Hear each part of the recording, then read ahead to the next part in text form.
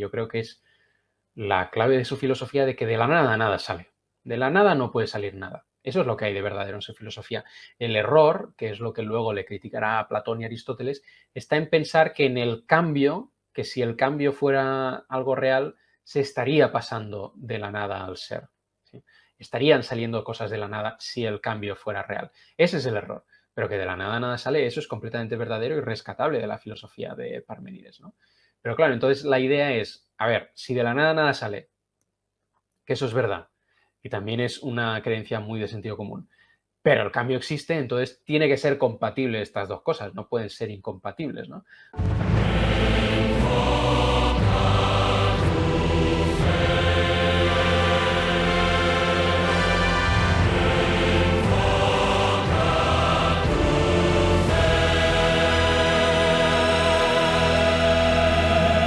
Enrique, vamos entonces al capítulo número 4 de tu libro. Me parece que es un capítulo muy bueno, muy fascinante, pero que necesita muy buena explicación y que no sé hasta qué punto una persona que de pronto no tenga un buen bagaje o un buen caminar en algunos términos filosóficos pueda comprender bien. De pronto, con la explicación que nos des en este momento, a lo mejor uno puede decir, bueno, ya voy de pronto con una mejor luz para entender este capítulo. Y si desenchufas la nevera, el problema del cambio. Y empezaría acá de pronto preguntándote, hermano, ¿por qué es tan importante Parménides? Si Parménides escribió una sola obra, que un poema sobre la naturaleza, ¿por qué termina siendo tan importante Parménides? O sea, Parménides es el que consigue poner en crisis toda la filosofía presocrática que se había estado predicando sobre la convicción de que el origen de todas las cosas era algún tipo de sustancia única. Entonces, Parménides mira eso y dice, si eso es verdad, entonces el cambio es imposible y por tanto solamente existe una cosa, el ser, ¿no?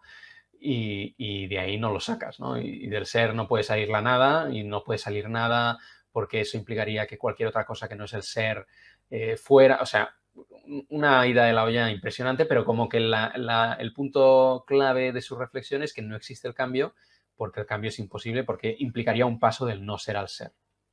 Entonces, claro, todos los filósofos post-parmenidios se ven obligados como a enfrentarse al desafío de Parménides.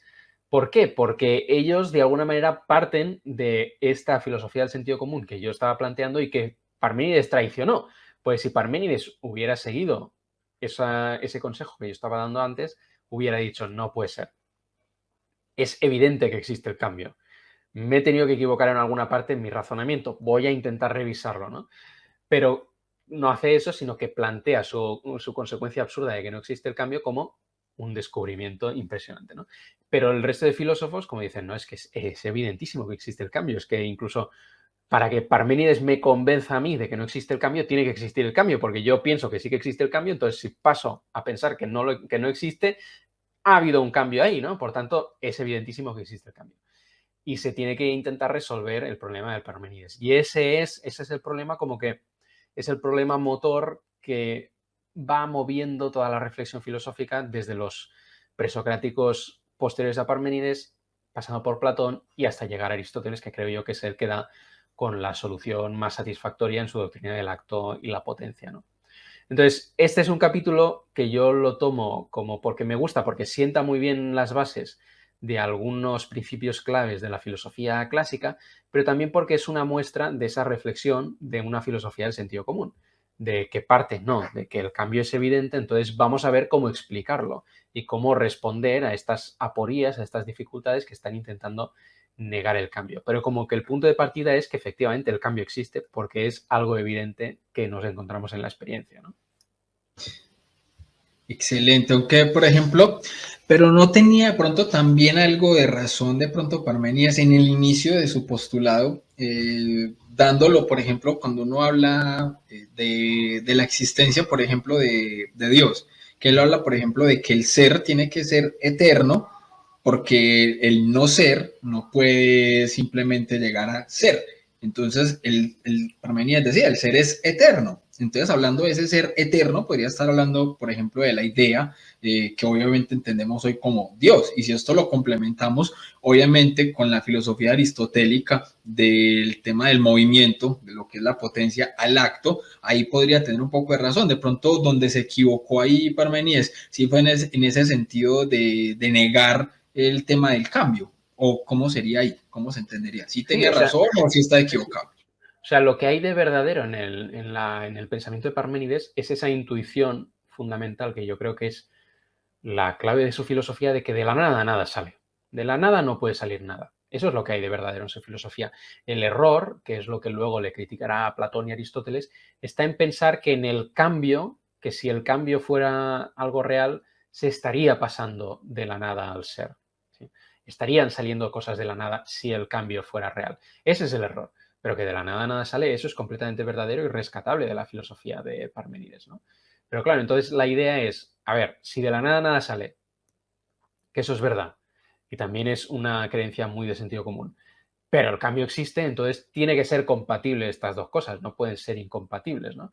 Por tanto, vamos a ver cómo compatibilizarlas. Y ahí está donde da la solución Aristóteles, que es lo que intento explicar en el resto del capítulo.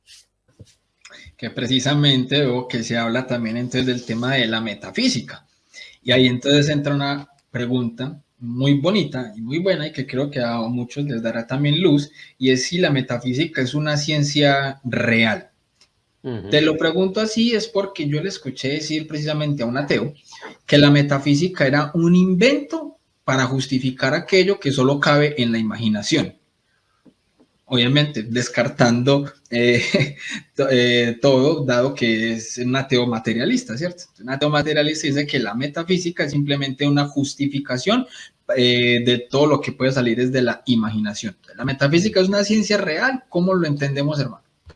A ver, lo primero de todo es que el materialismo es tan metafísica como el teísmo. O sea, el materialismo es una metafísica. Entonces, la metafísica al final es, digamos, esa parte de la filosofía que trata con la pregunta más radical acerca del porqué de todas las cosas. Y el materialismo es lo que está intentando ofrecer una explicación última de la realidad de todo lo que existe.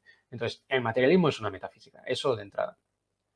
Que si la metafísica es una ciencia, bueno, pues si entendemos por ciencia lo que entendemos hoy en día como en plan una ciencia que se rige por el método empírico, matemático, que utiliza la experimentación, que utiliza las matemáticas en el modelaje de sus teorías, etcétera, pues no, obviamente la metafísica no va a ser una ciencia.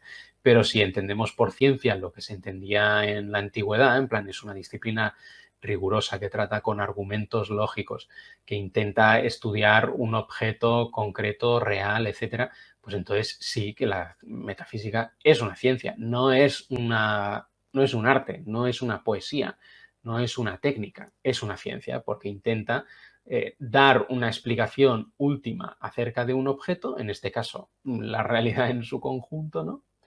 A partir de sus causas. Entonces, es una ciencia en ese sentido.